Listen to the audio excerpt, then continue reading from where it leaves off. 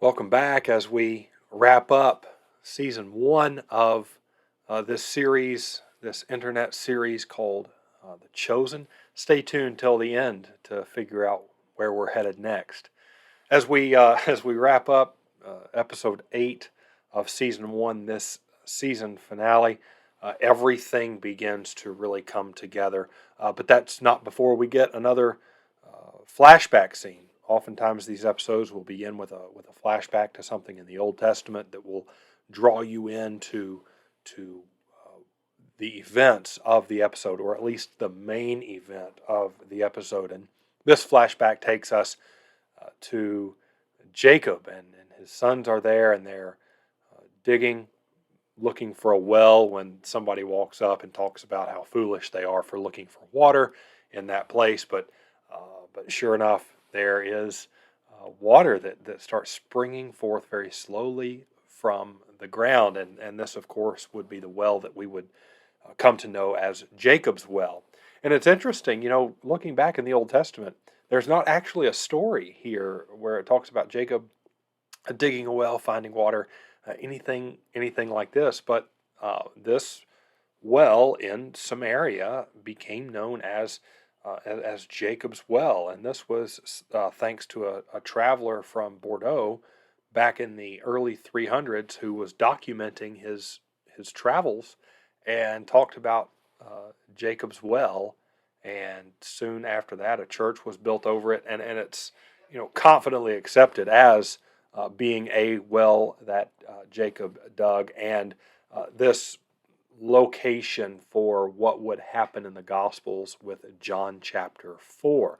But more on that later as the episode goes on, right? It shows us that's indeed where it's going, as we're introduced to this woman in the market, or the woman going to one of her husbands. And if you know the scene from John chapter 4, you can already see this being set up. Of course, then this episode is connected where the other episode left off, with Jesus feasting in Matthew's home with the disciples who are gathered, other tax collectors, other sinners. The Pharisees begin to hear noises, so they stop by and they start questioning, why does this man eat with tax collectors and sinners? The last we've seen of Matthew before this was him leaving the tax collector booth, so the man who really had control over him, who was responsible for Matthew, stops by and is encouraging him to come back. His name is Gaius, and Matthew asks him for a favor. We don't know what that favor is yet, but we will see soon enough. Because Matthew won't come back, Gaius has to go to Quintus, who's in charge of these Roman soldiers, and inform him that Matthew has quit. So everything that's really come before in these episodes, we're getting much shorter scenes here because the groundwork has been laid. The characters have been developed well enough by this point to understand really what's going on, and the scenes can be much shorter. We see the antagonistic Pharisee. I guess not all of them are as antagonistic here as they seem to come across in the Gospels. But the most antagonistic so far is named Shmuel, and he does not like Jesus at all.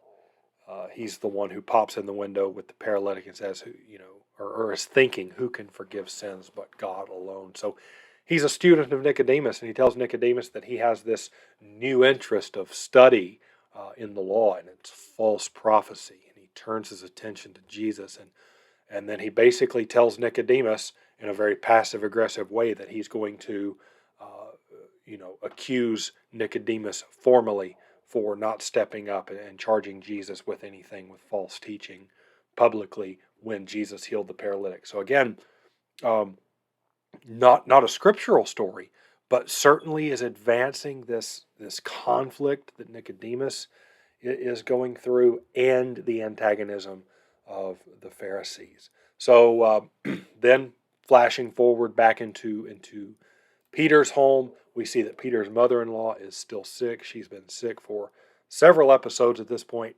And again, I know I've mentioned this before, but the creator of this series has said that there would be some things compressed. There would be maybe some things out of order, uh, but they were trying to remain as true to the scriptural narrative as possible, telling it their own way.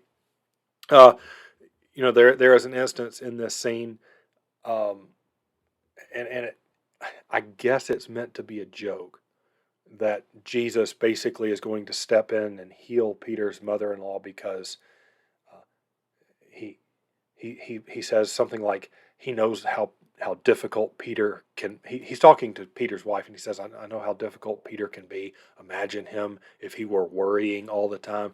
So it's almost like Jesus is going in to heal Peter's mother-in-law out of convenience, uh, so Peter won't be worried, rather than out of mercy, rather than out of compassion. And as this scene goes along, I think about this from Mark's gospel.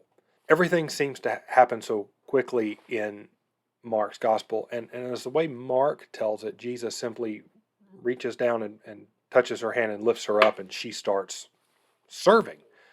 In this scene, though, we see Jesus reach down and grab her hand, and he looks up and he closes his eyes, and then he says, "Leave her."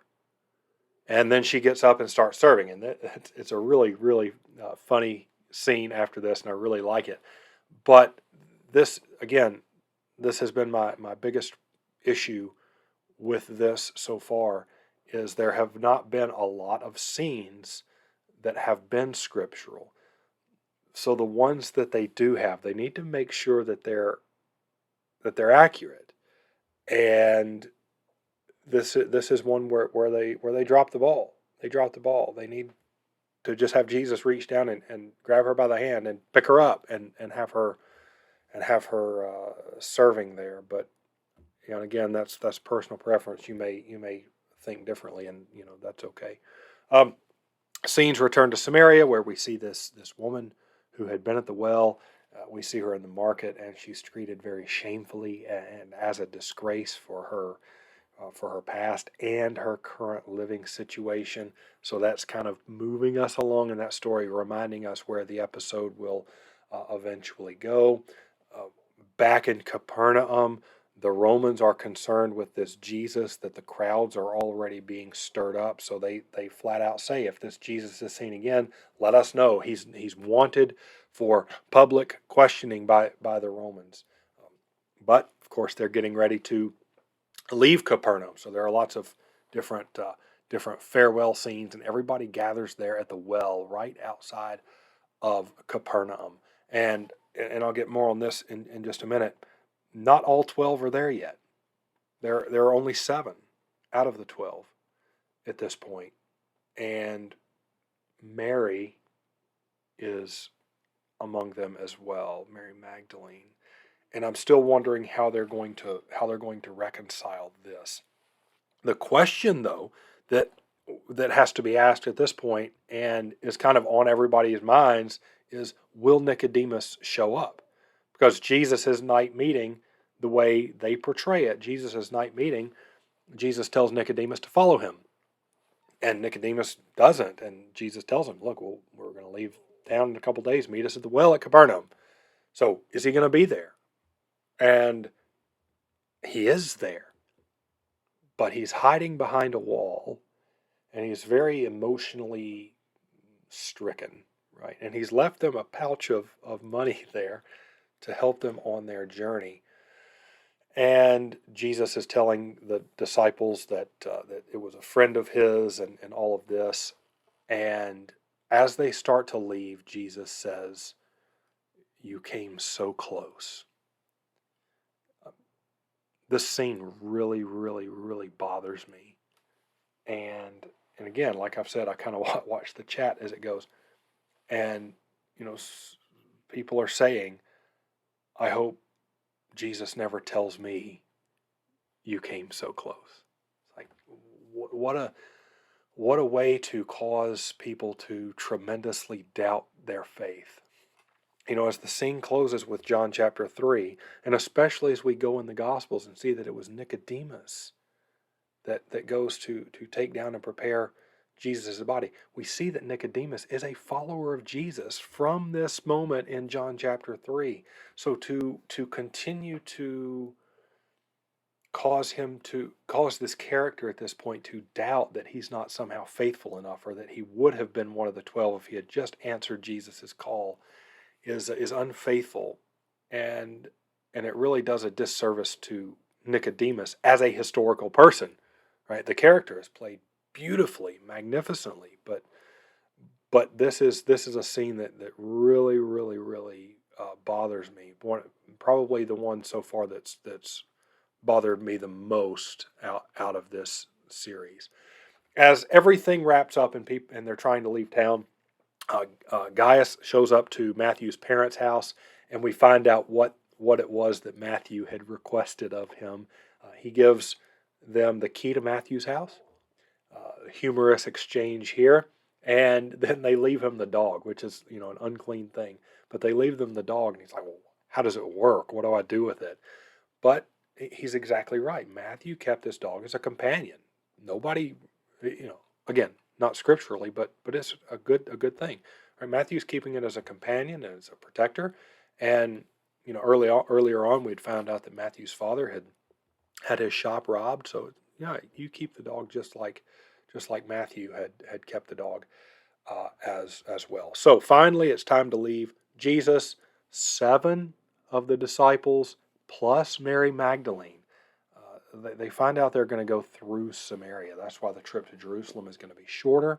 And you see them come through the field, and that's where John chapter 4 plays out. The disciples go into the city to buy food, and Jesus stays at the well where this woman comes and he asks her for a drink. So you can read John chapter 4 to see how this plays out. But there is another one of those little things inserted here. This, how is it said? I'm not religious, I'm spiritual. This anti-religion, pro-relationship kind of thing. This movement to get people out of the church and just to kind of do their own thing and everything's going to be okay really comes through here. And that bothers me too. That Jesus is talking to her about worshiping in spirit and in truth. But then he changes it to soon all it'll be is just the heart, which when we hear that in a 21st century American context, especially coming through pandemic, it just means, well, wherever you are, whatever you do, I can worship God on the lake. I can worship God on the golf course. I can do this. I can do this. And it becomes a bunch of individuals completely disconnected from the church, from what it means to actually be the body of Christ, like a body together. So that theology is very, very, very American.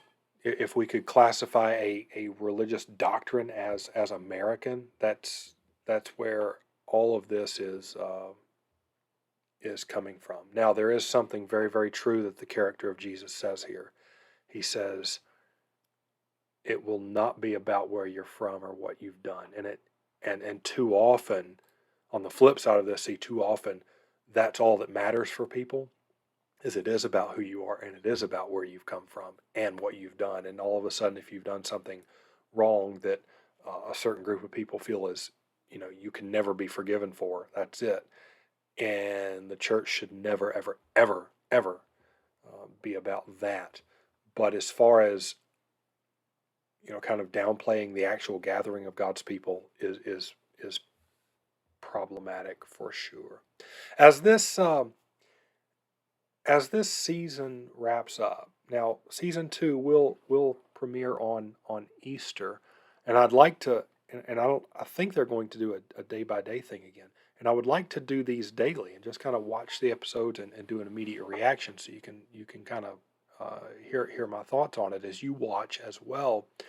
But what I've noticed is, as this says, it's a series about Jesus. Jesus has been very, very much in the background, and perhaps it's by design, because as this wrapped up, Peter was excited that things were becoming public. So perhaps Jesus will be more in the foreground. But Jesus has been very much in the background. The interesting thing, and again, if you're going to watch this, you have to get past the fact that all of these stories, all of these backgrounds from people are not necessarily biblical. So you have to get past that.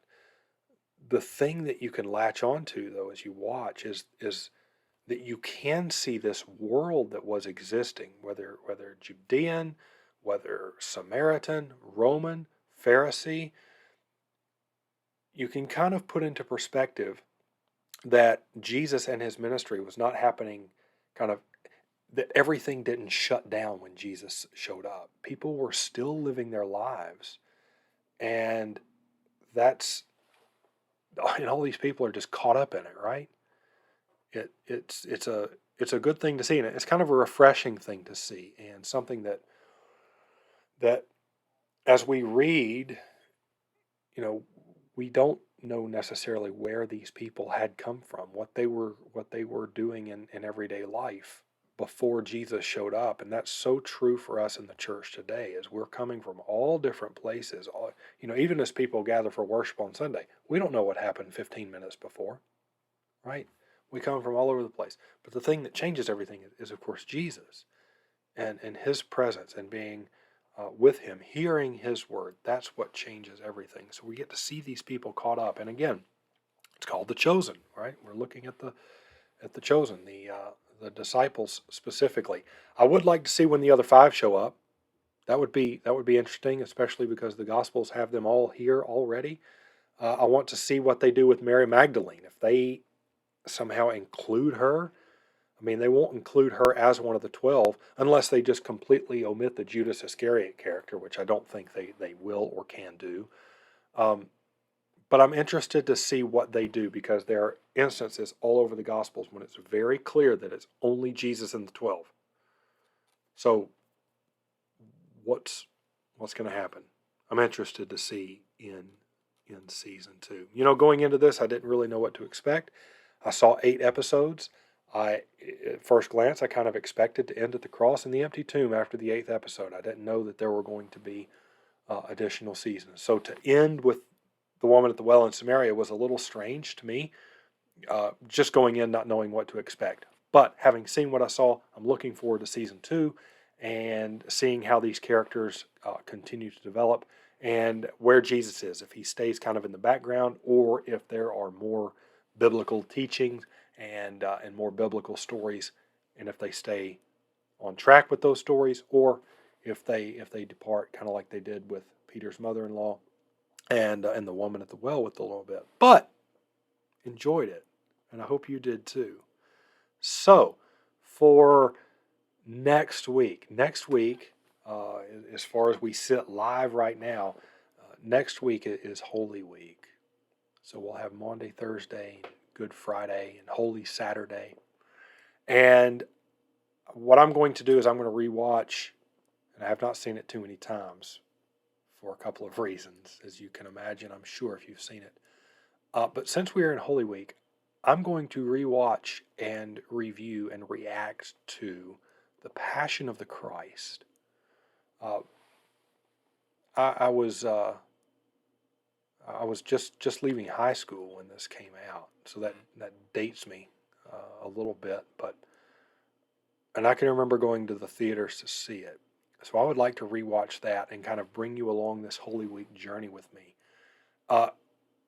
If you've never seen it and would like to before then, go ahead and watch it. But brace yourself. It's a long movie.